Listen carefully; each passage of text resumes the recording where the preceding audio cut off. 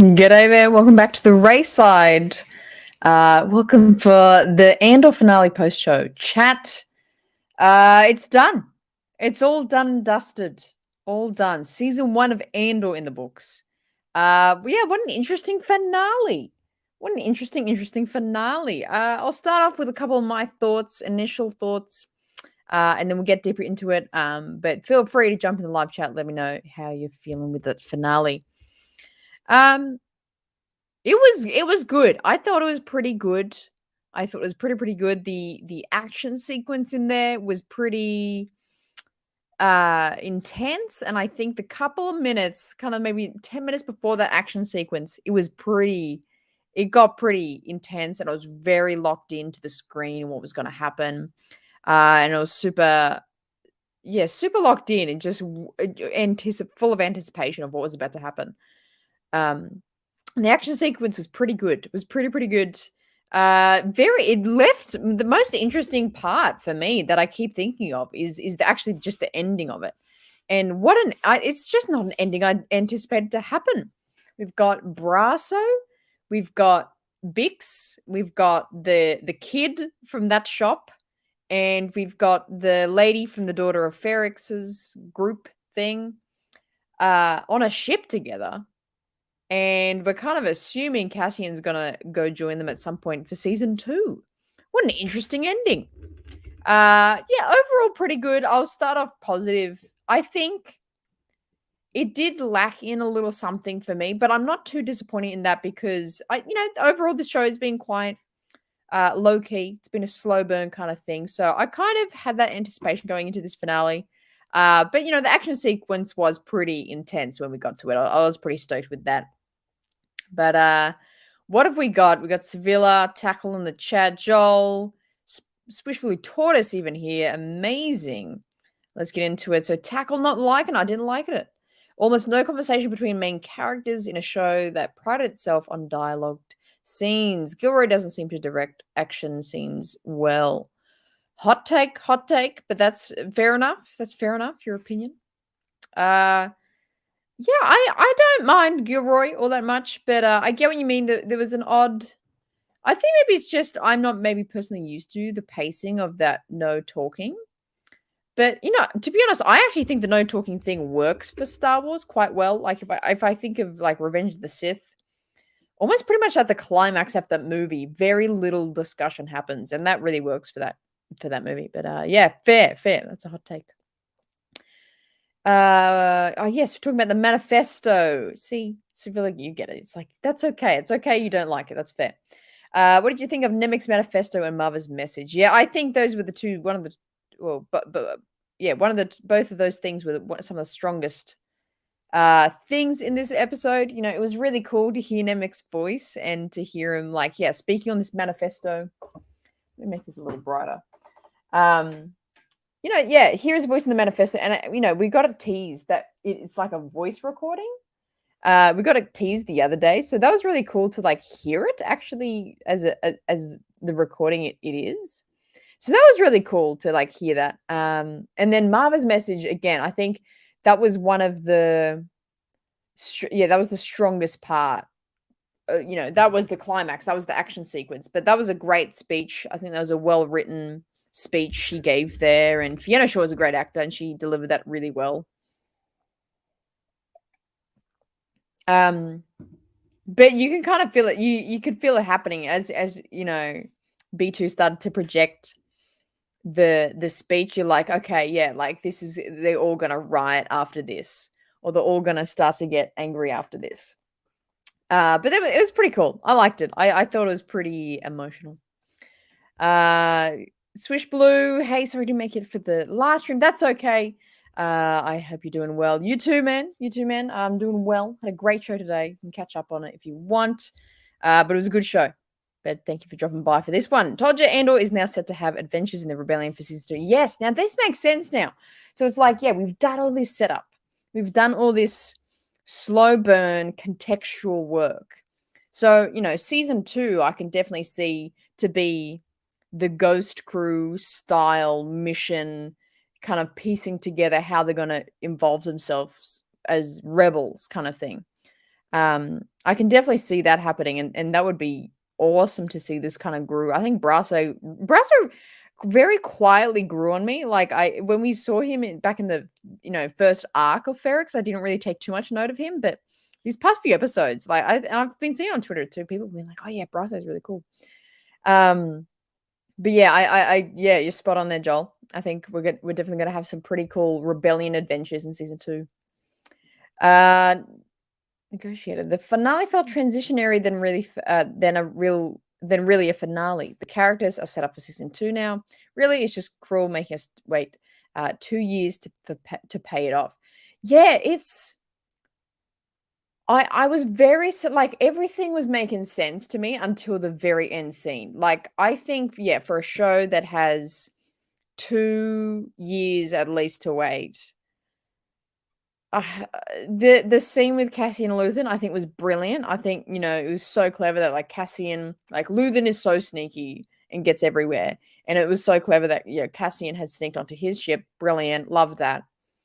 And Cassian says, kill me or turn me in.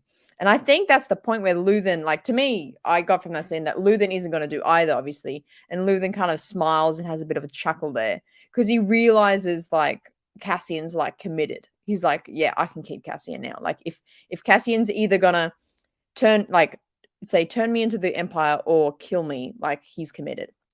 But so I thought that would have been odd. I thought maybe they would have maybe shown that dialogue there, and then maybe they've flown off and like meet the others, and then they all kind of fly off together. So yeah, the cut right at the end there I found a little odd, but that's I mean, yeah, it's sad that we have to wait 2 years. But I get what you mean by it felt transitionary than really a finale. It definitely felt like like the season 2 of this show will make season 1 make a lot more sense. It definitely feels like that. Because uses dialogue as music, as he puts it in Revenge of the Sith, went hard. Yeah, that's fair. That is fair, actually. Victor, same. I completely forgot about Brasso until the recent episodes, and he went crazy in the fight scene. Yeah. Oh, jeez. Freaking using the brick, using Marva's brick as like a weapon. Jeez, that was horrific. That was insane. That was really intense. Oh, yeah, the credit scene. Let's talk about that post-credit scene. I totally agree. Hang on, what did you say? To be fair, the true finale of this show is Rogue One. Ah, that's a good point. That is a good point. Very, very good point. But yeah, talking about the post-credit scene, which was awesome. Really, really cute. Cool. Well, cute. Really, really cool to see. Yeah, and I said this. I want to go back and find that stream or wherever that we first like. I've seen it on Twitter a lot, but from the get go, when we saw people like building things in the prison, I'm like, it's for the Death Star. 100% is for the Death Star. 100%, 100%. So I'm glad we got that. I wish it was a little longer too. I wish it was a bit longer. We might have just seen, a bit more of a pan, maybe like a fly around or something. But I think it's so clever. Good payoff. Because, the whole time everyone's got sitting with this question of like, what are they building? What's it for? What are they building this for? Everyone's kind of sitting there with that question. But now we have that answer. So I thought that was really cool. Good scene to show. Yeah. It was full on that kick, right? It was full on. Like it's hard to like I'm kind of forgetting that the start of the episode was a little odd or actually it was slow, but I don't even not I kind of like that it was slow. But this action sequence that happens is phenomenal. It is so good. It's so chaotic and just random. It is intense. Yeah, for sure. That's so gonna happen. That is so gonna happen now. Definitely gotta go with that memory transfer for sure. Sevilla. Mon Mothma using Mon Mothma using her husband as a scapegoat was her idea, or was it the other guy? Don't remember his name, the thug, because at the end his son is meeting Mon's daughter. That's a good question. Whose idea was it? I feel like it was Mon's, maybe. I feel like it was Mon's to cover up obviously her financial stuff. But yeah, how heartbreaking. How heartbreaking that she I kind of mentioned this in the stream today that she had to make that decision. She had to make that decision. It's like, that's how rough it is. It's like she feels so immoral to do this, and it's so immoral to you know, give her daughter away like this. But like that's the intensity of, she's trying to fix the galaxy, essentially. So, she has to make these insane decisions and judgments. But that was cool to see. I think that was very important that we did see that. And that didn't need any dialogue. That was a beautiful bit of kind of just scene work, that we didn't need dialogue. It was just them, walking with Leader, and they meet Davo Squadron. And we understand what's happening. It's all said, it's all showed, not said.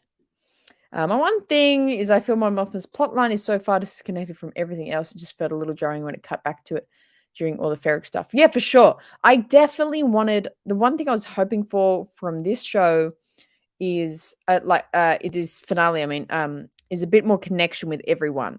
Like, I thought maybe Mon would have done a secret mission to find Luthen, and then by the time she found Luthen, Cassian would be there or something like that. Like, it would just be a bit more cohesive or something. Something would have tied up a bit better with her. I agree. I get what you mean. She's definitely bringing that up to act like the money issues because of him. Yeah, and that's smart. I like that a lot. It makes a lot of sense. Serial One, Deidre's heart. Can't wait for season 2 date night episode. Yeah, for sure. For sure. That was a bit of a spicy scene. They made Serial such a sim for Deidre. Yeah, they totally do. Totally did. I mean, anyone who didn't like Cyril, yeah, I don't like Cyril's character. I found his character journey a little too loose for me. I didn't really fully understand what his angle was, and I think I still don't. It's like, are you doing this all because you like Deidre? Like, what? But yeah, I don't know. Let's get date night season 2. Let's do it. Big Dad didn't like Cyril as well, for sure, for sure. Yeah, it's a good point. I mean, it's meant to be a dislikable character. Yeah, so maybe it's good that we're all not liking Cyril. It's a good point. Leah, I love Deidre and where her story was going, but felt they really messed it up with Cyril's odd actions. Yeah, that's fair. I don't feel like it took too much away from her character. It was an interesting addition for sure. But I think her character's still very strong. And yeah, to see her, like, she's really cutthroat, rough, intense, and then to see her really kind of thrown around in that fight scene, and then she's just so shaken up afterwards. Kind of rough, pretty rough.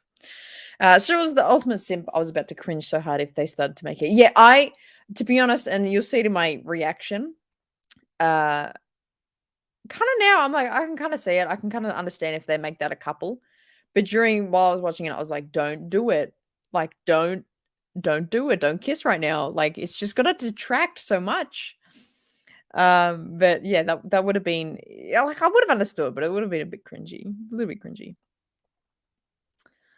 Other dislikable characters supposed to be in the people in the Empire though. Yeah, well, I mean, Cyril's trying to be in the Empire, so I guess it's still the same. We don't need Cyril. He could have gone after those first 3 episodes. Yeah, I mean, there is already like many characters and like many villains here, but I'm sure his character is going to pay off in some way or form. Like, I think Cyril's character is gonna it's gonna interplay with Deirdre, or just like the system of how Empire goes about, like, inquiring about rebel cases, because like the ISB don't really care, but like Cyril really cares, and then they didn't care that Cyril cared, but then eventually they might find that's useful. Kind of a big roundabout way.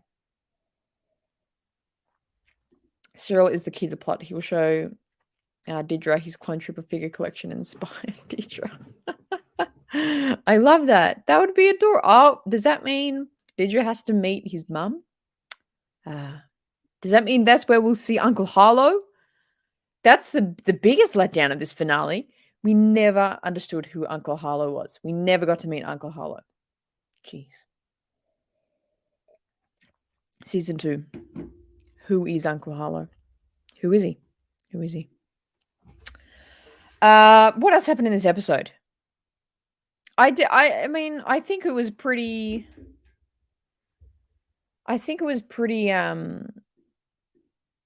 like, not obvious, but, like, I kind of really expected that the Ferrex gang will kind of all kind of band together, like, all those people on Ferrex would be, like, coming together.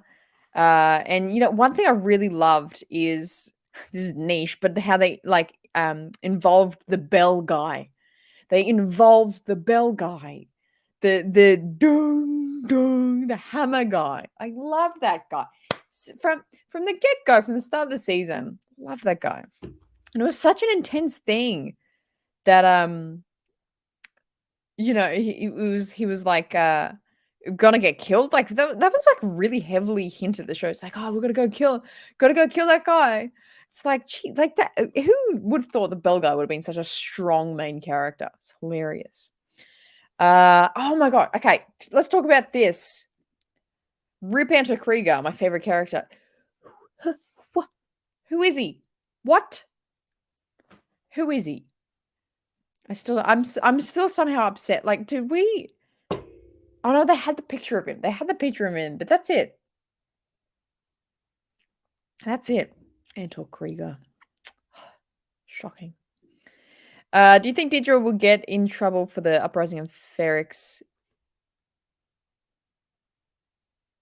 I think she will. You know what I think will happen now?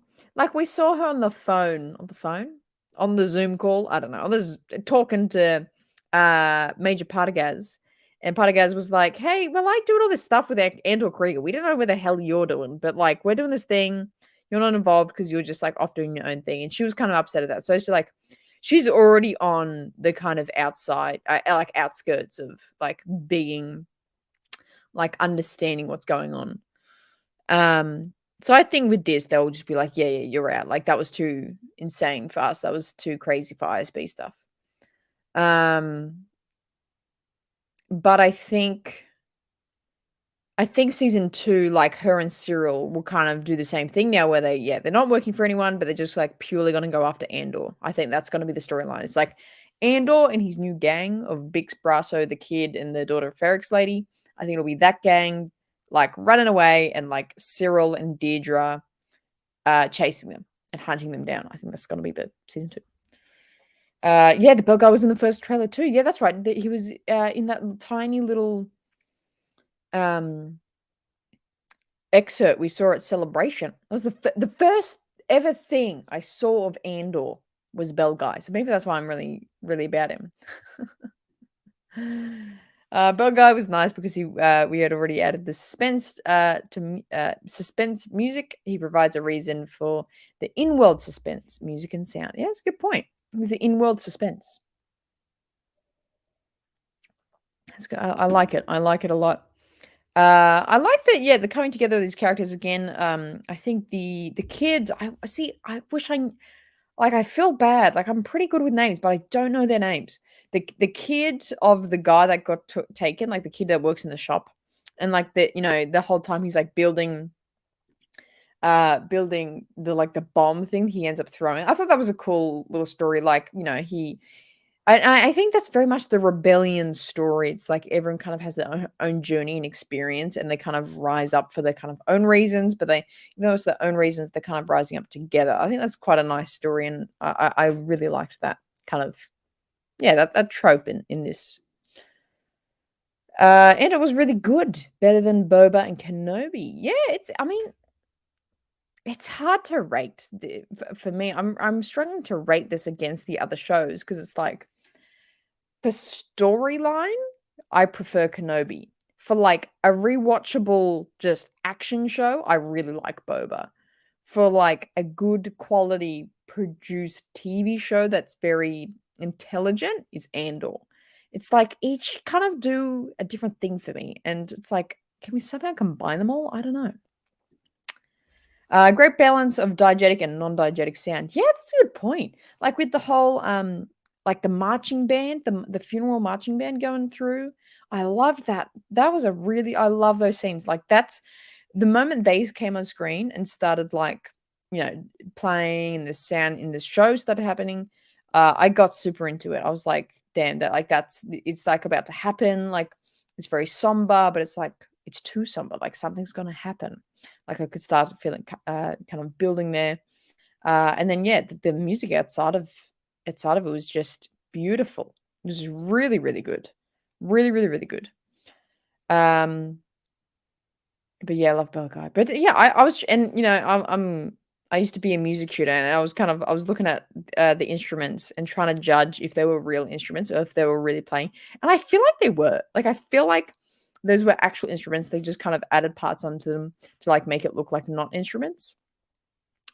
But that was cool. I like that whole marching band kind of idea. When I think of Boba, I only think of 4 episodes since the others feel like Mando episodes. That's fair. It did feel very Mando. Mando is all three combined. The wait for season 3 begins. Yeah, it's going to be exciting. We got not Boba. We got Bad Batch to tie us over. Mando season 3 is going to be top notch. It's going to be so, so good. B2 Emo didn't die, so I didn't cry like I thought. That's true. You said you would cry if you died. I was a little worried when they knocked him over. Yes, that was a decent knock. I was like, ooh, ooh. He did a quality tumble there. But yeah, I'm happy that yeah, that guy like hauled him to safety. That was nice. That was nice. So there's hope for B2 now. There's hope for B2 now. The music in the episode was amazing. Yeah, for sure. I'm keen to hear the full like the score, like there was just a full album of all this music that was in the show. I'm keen to hear that back to back because I think it was really some of the best scoring. It's really nice. Yeah, it was so rough. It was so rough. Again, yeah, all those that whole fight scene. Let's like, I'm trying to think of what happened. Oh yeah, and when the bomb went off and like all the glass shattered everywhere and killed that other guy, that was like a double agent. I mean, he was dodgy. He was a double agent for like he was going against all his friends and telling the Empire what's happening. But like he died, and then a bunch of people died, and then like the extra bombs went off. That like it was all very chaotic. It was insane. Oh, this is a good question. Did they keep her brick or did it just get dropped in the street? I'm sure it'll be found somewhere. But I was worried about it when he used it as a weapon. I was so concerned about it. I was like, "Oh my god! Like, what if you break it? What if you crack it?" Mother's speech made me feel things. Yeah, I totally agree. I think her speech was really amazing, very moving. Again, like I said, Fiona Shaw is like such an amazing actress.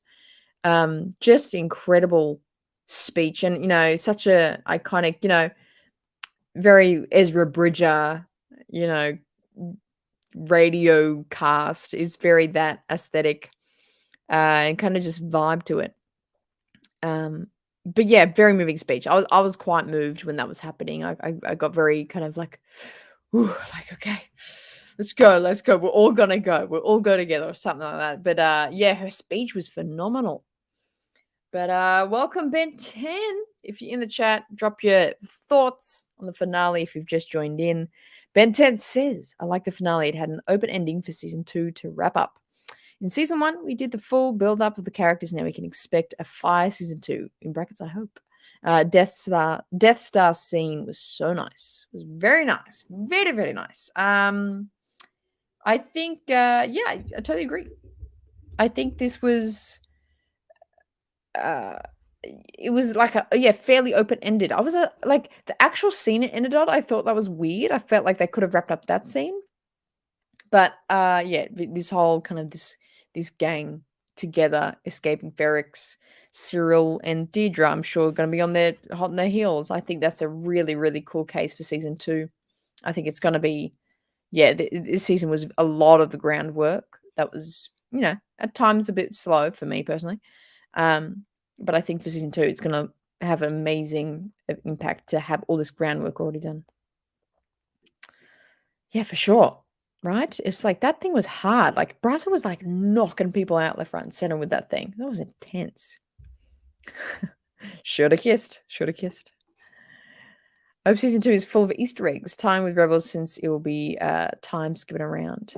Yeah, for sure. I think Like, it is kinda rough, like, as much as I, like, really am impressed and really enjoy Tony Gilroy's, skill and talent as a director and as a creator and as a just a creative, um, I am on the like, kind of on the fence about his comments about how much he's not into the Star Wars lore or world or just kind of Easter eggs part of it.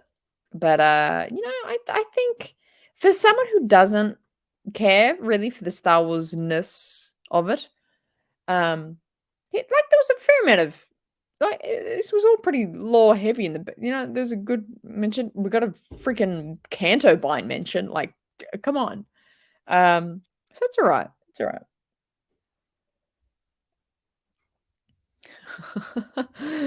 Omega, Tick, Hunter. Thank you. Appreciate it. It's really funny when people say I sound like Omega because Omega's from New Zealand. Well, Omega's not, the voice actress is from New Zealand, and I'm from Australia. It's like totally different accents, but I think it's maybe the pitch of my voice as well is like when I get really excited, it gets like a little bit higher pitch and it's a bit more Omega like. But I take it as a compliment. I love Omega. Appreciate it, man.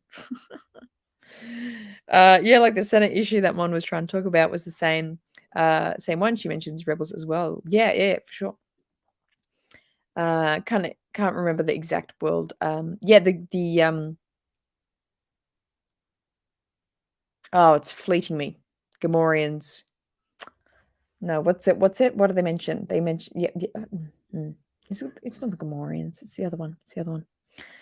Ninja. How would you rate season 1? I feel like there were some episodes that were boring, but I really enjoyed the show. Yeah, almost exactly the same. Oddly, I discovered today in the live stream that oddly the heist episodes were my least favorite episodes.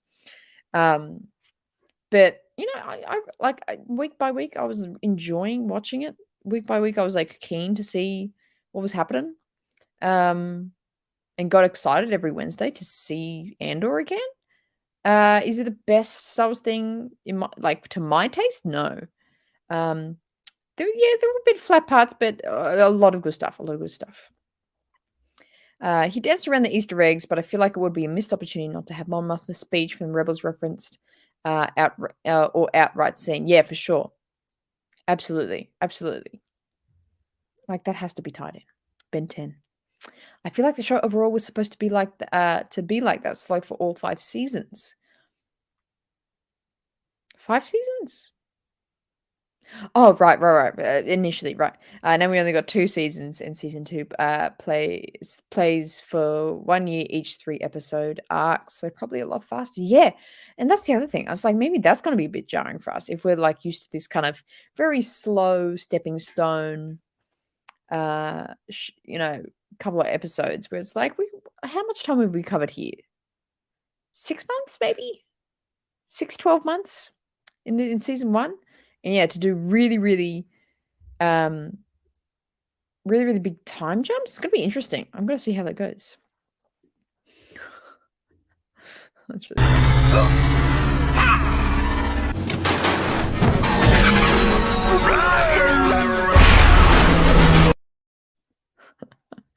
the best. But yeah, the time jumps for season 2 is gonna be interesting. It might work really well. It might work very, very well. But I am a little concerned about that. Gotta love Mars Guo. Gives the Mars Guo show. So the 2 main issues I had, and these are just kind of pernickety things. Like, it's not actually issues. These are just things that's like preference, like I would have liked to have in this show. Is I feel like we really, really missed out on getting a really good political drama. What's the word? Just anticipation, awkwardness, in high intensity scene of like the Mon Mothma dinner party. Now, I know we had like these weird party scenes that we saw of Mon Mothma at her house with all these people, and that's where she would talk to Tay Colmer and do all these things. But it's like I felt like we could have gotten a really cool sit down dinner scene Like, clearly this show loves dialogue and, like, they're good at writing it. It's like, I feel like that would have worked really well. Um, and, we could have gotten Slime More in there and to hear Slime More or you just even see Slime More would have been awesome. Um, I think we've really missed out on that. I feel like that would have been just such an awesome thing to see. Would have been really, really interesting. Yeah, okay. It has dragon, so I'm not too worried about them. Fair enough. I haven't seen House of Dragon. Um, so yeah, for sure. If it works, it works. Okay. Again, I feel like they were trying to make a Game of Thrones House of Dragon slow burn type show, but they really missed the mark. Lots of drop plots and characters being built up and killed off screen or dropped completely. Yeah, the Cassian's sister. What happened to her? What are we like? Really? Is Martha just like forget about it, and he's just like okay. Is that it? Cyril, I didn't find have too much going for him, like kind of purpose of character. What's another one? Who's another one that I was like, there was another person that I was like, that they were really random to know that didn't really go anywhere. I'll think about it. I think we're close to the end of Rebel season 1 since Tarkin and Vader are preoccupied on Lothal, not being put on stuff like Ferrix. Yeah, for sure. It's very similar though. Like we are in that same realm. Hey, Rebel season 1. I feel like we're in that area. It's definitely a compliment. When I first started watching your videos, I pictured Amiga. Did you know flying's about a feeling? I wonder if I would have to build up to how to say that. I would watch it. I'll go watch you say that line, and then I'll go give it a go. The sergeant was such a great guy. He stood by Cyril no matter what. I mean, that guy. We talk about that Scottish like guy that was just so enthusiastic about helping. He was hilarious. He was in. I love that he came back. Krieger, yeah, actually, that's the other thing. I was going, yeah, the fact that we didn't get a dinner party, and this whole storyline of Andor Krieger. How did a whole storyline exist and we never met the guy, we never saw it, we never like we saw Luthen like confront Saw about it, but like that's it. It's like we have no emotion. Well, for me, I had no emotional investment in this whole Andor story or like way it's going or just like I just didn't get that storyline. It was so strange to me, the whole Andor Krieger thing. Perhaps they made a screening for some people on season 1 and they realized it was too slow for viewers. That's why they cut it down to 2 seasons. I hope we get to see Galen Erso and Krennic. Yeah, for sure. I definitely agree. I think season 2's got a lot more room to see Krennic, to see Galen, have a Palp, kind of show up at some point. Yeah, I think it's going to be a lot more full on. I think maybe they find out. I'm trying to think back of how they know about the Death Star now. It could be as direct as like the whole gang, the Brasso, Bix, Lady Ferrix, B2, that whole gang. Like maybe they somehow stumble across the Death Star or something. Something wild.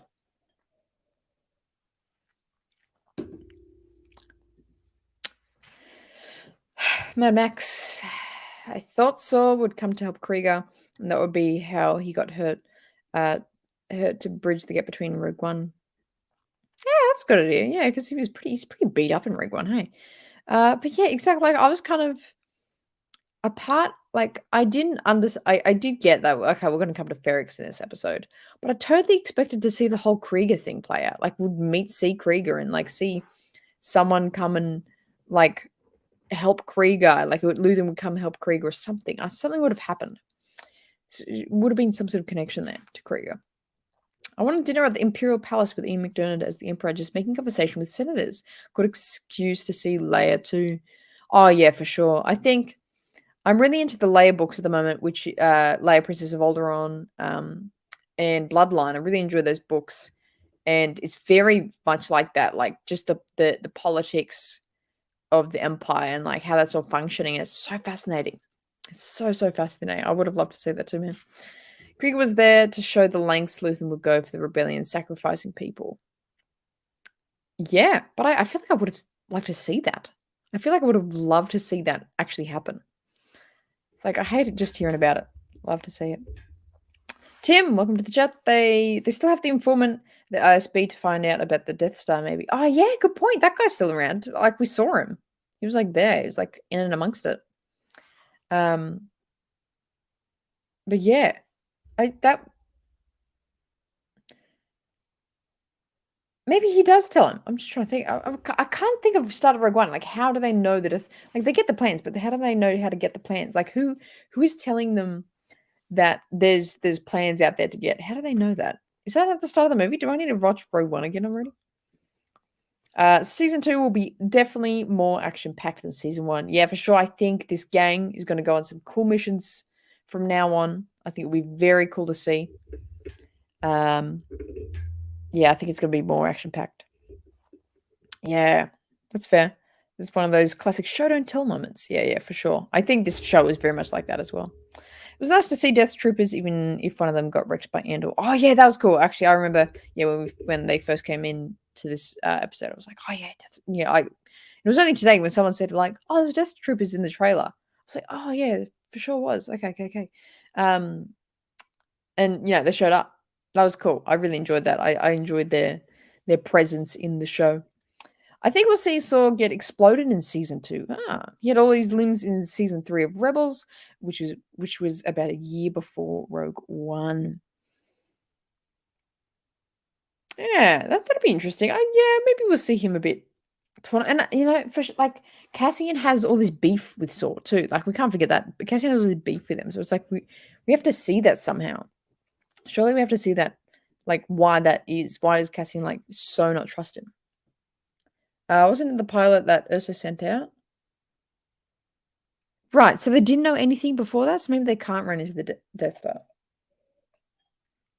Maybe they can't run into it. Good point, Leo. Which show's finale did you like the most? Disney era, Clone Wars Season 7, Mando 1 and 2, Bad Batch, Visions, Boba, Kenobi, Tales of the Jedi, or Andor. Well, we've gotten a lot, haven't we? Star Wars Season 7.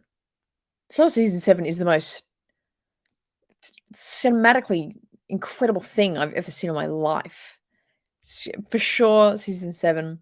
Then it probably goes Mando 2, Kenobi, bear with me, Boba, Mando 1, Andor.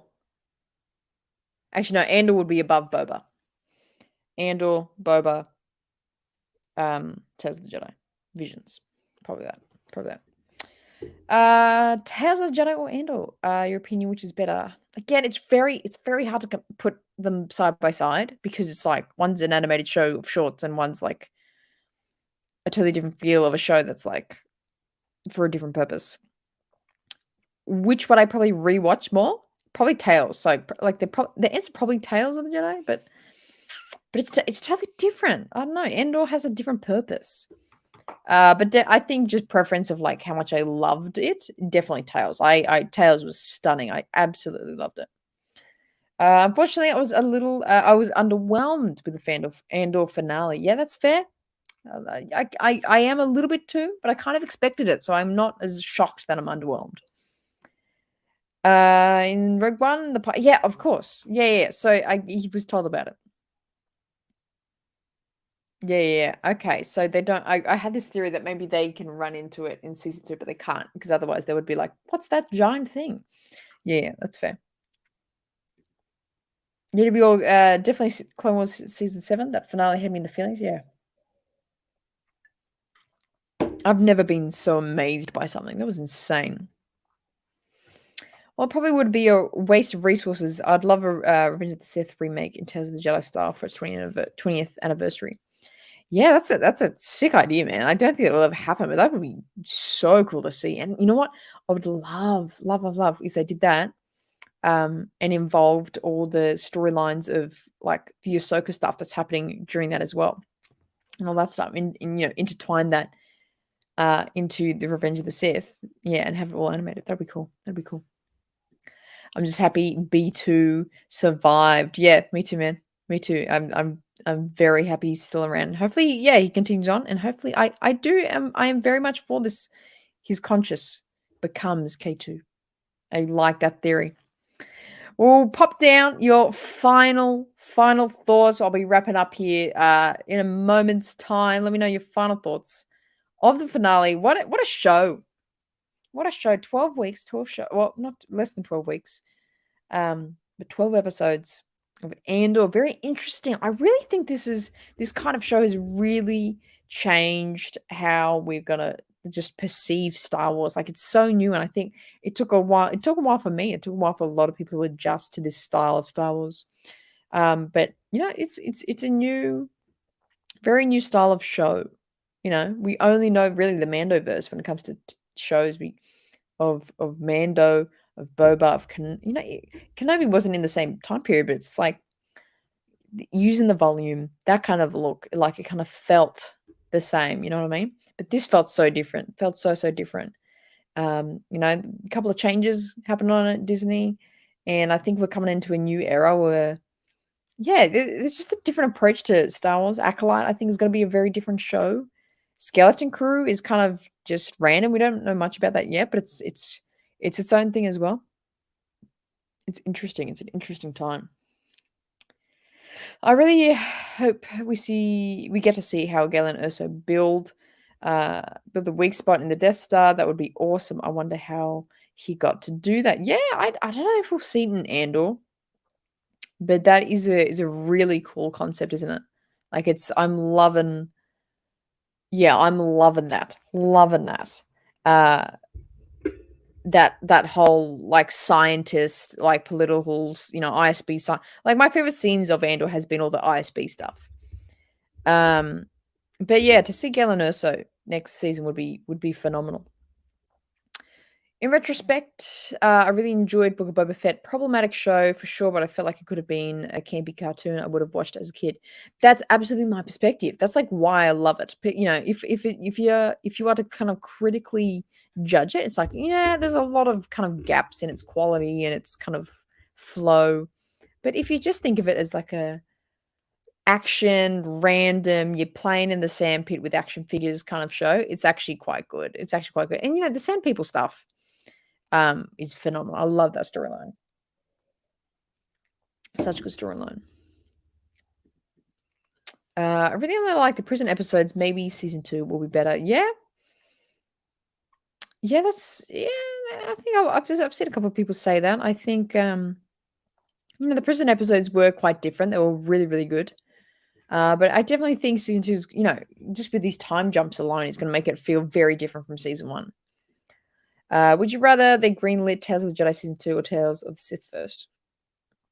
I think both. Well, hang on. No, sorry. I think Tales of the Sith, because I think they should, like, have both go, just alternate. That's the word. They'll alternate Tales of the Sith, Tales of the Jedi, and then I think they should incorporate other shows like Tales of the Bounty Hunters, Tales of the crime lords, Tales of all these other kind of facets and groups within Star Wars. I think that'll be cool. I still totally want an Andor style show around the sequels. Yeah, I think the stuff of the New Republic that is just so interesting that deserves its own show. I definitely think, yeah, it will add so much context and, like, just help with the storyline that's in the sequels. Yeah, for sure. I support that. I would go for that. I was stoked for Kenobi, but kind of let down. I was hoping for the last scene with Qui-Gon would have been an entire plot. Kenobi running through the desert and reconnecting with the Force. If we get Kenobi season 2, I think that's what season 2 would be. But I get what you mean. Fair take. The Deidre Cyril thing is kind of cringy, but otherwise I love the show. But no, not everyone is a sucker for a slow burn. Yeah. Yeah, I totally agree. The Deidre Cyril stuff, when I saw that happening, I was just like, don't you do it. Don't you do it. It's like, that would have been pretty cringy. But that's an interesting storyline. Just, as on the side as a random. But yeah, so like, sometimes the slow burn works, sometimes it doesn't. It depends how slow of a, but that sounds ridiculous, but how slow of a burn it is. That does depend on it. But yeah, for sure, some people love it, some people don't like it. It's fair enough. Fair enough. Might you what's up? Just join for theories watch party. Sub to your channel after get yes. Rate Andor out of 10. I would give it a solid 7 out of 10. Pretty solid 7 out of 10. But welcome to the chat. Sevilla, I had an opinion about Saul, Krieger, and Cyril to explain a little their plots in the show, but is 435 characters. Wow, too much text, and I'm lazy. Oh my gosh, that's hilarious. Right, that's so much. That's a long explanation. Can you summarize it somehow? I love it. Well, time to go to work and take care. To work, take care. Also for me, it's 5 a.m. 5 a.m. My gosh. Well, thank you for dropping in. Appreciate your comments and your thoughts, man. Hope you have a great rest of the day. There we go. There we go. Awesome. Yeah, it's middle of the night. Middle of the night. We'll start to wrap up here. But thank you for chatting along live, the finale. So make sure, you subbed. If you've just joined and you weren't in the show today, there's going to be another live stream tomorrow, which is actually your today. So 5 p.m. Pacific, and that's 8 p.m. Eastern time. The Star Wars, the Raeside Gaming is going to be live. It's going to be amazing. It's going to be such a good time. Hopefully all the tech stuff works. Hopefully I'll work all that out and it all works. But that's going to be on tonight. It's going to be a good time. A very, very good time. Well, thank you so much, everyone, for jumping in. World Cup, actually. Who's playing now? It's like Morocco and Croatia or something. Might check that out. I'm a soccer fan, so I might watch that as well. Great to hang out here before watching these early World Cup games. Yeah, I mean, I was up at 6 a.m. this morning watching the Socceroos, of course. Watching Australia versus France, getting flogged by France. But it's a good time. Now we can focus on the World Cup now that there's no Andor. Thank you so much for joining the live chat here today. It's been a good time. Thank you for all your comments and thoughts. I'll catch you in the gaming stream later on today. As always, my name is Hannah, and always choose the Raeside.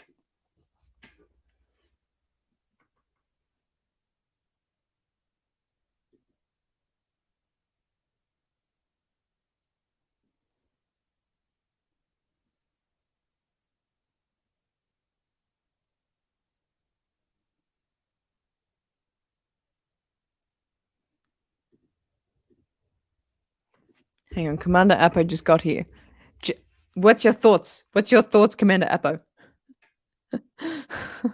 What's your thoughts? I was about to leave.